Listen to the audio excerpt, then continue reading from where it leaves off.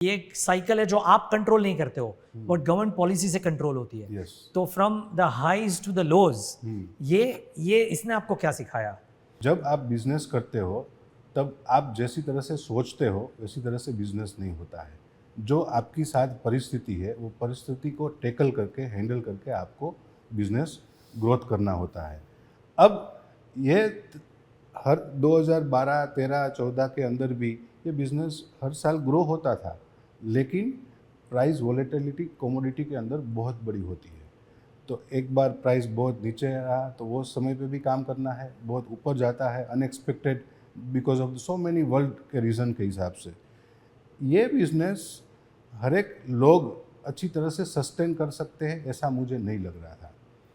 मेरे फादर के 40 इयर्स के एक्सपीरियंस से मुझे ये गॉड गिफ्ट मिला था, तो वो गॉड गिफ्ट के हिसाब से इस चीज़ को मैं आगे बढ़ा पाया। But I do not know about the next generation whether they will like it this much volatility wala business or not. And you thought about all of this when you were 25 or 26 years old? Yes. Wow. Okay. और वो समय पे एक family board meeting होती है, वो board meeting में मैंने एक प्रस्ताव रखा मेरे हिसाब से। आपकी एक फैमिली बोर्ड मीटिंग होती हाँ, है? Family board meeting Okay. में कि हमें और क्या चीज़ में डाइवर्सिफाई करना चाहिए और रिसर्च करना चाहिए। मैंने बोर्ड में बताया कि हमें नेक्स्ट जनरेशन के लिए कुछ सोचना चाहिए कि जिसको हम 50-100 साल तक आगे दे सके।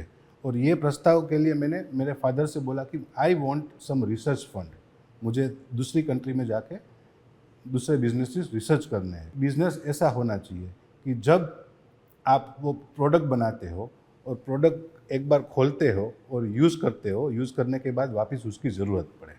वो कॉन्सेप्ट पहले से क्लियर था, बिकॉज हम मास पॉपुलेशन वाली कंट्री के अंदर काम करते हैं और मास पॉपुलेशन को क्या कैटर कर सकते हैं। वही समय के अंदर मेरे father in law, he is a doctor, उनकी राय आई, why don't you focus and create something good for the India, hygiene market के अंदर क्यों नहीं सोचते हो। मैंने बोला आप मुझे एक रीज़न दीजिए कि मैं उसमें क्यों सोचूं। तो बोले आप ऑस्ट्रेलिया पढ़ रहे थे? मैंने बोला हाँ मैं पढ़ रहा था। वहाँ की पॉपुलेशन क्या है? मैंने बोला 2.7 करोड़ वो समय पे पूरे देश की पॉपुलेशन थी। बोले हम हर साल इंडिया के अंदर इतने बच्चे को जन्म देते हैं या इतना पॉपुलेशन ग्रो हो रहा है। एक ऑस्ट्रेलिया इंडिया में पैदा होता है। एक ऑस्ट्रेलिया इंडिया के अंदर पैदा होता है, तो आप इस बिजनेस के अंदर सोच सकते हो। तो why don't we think into that.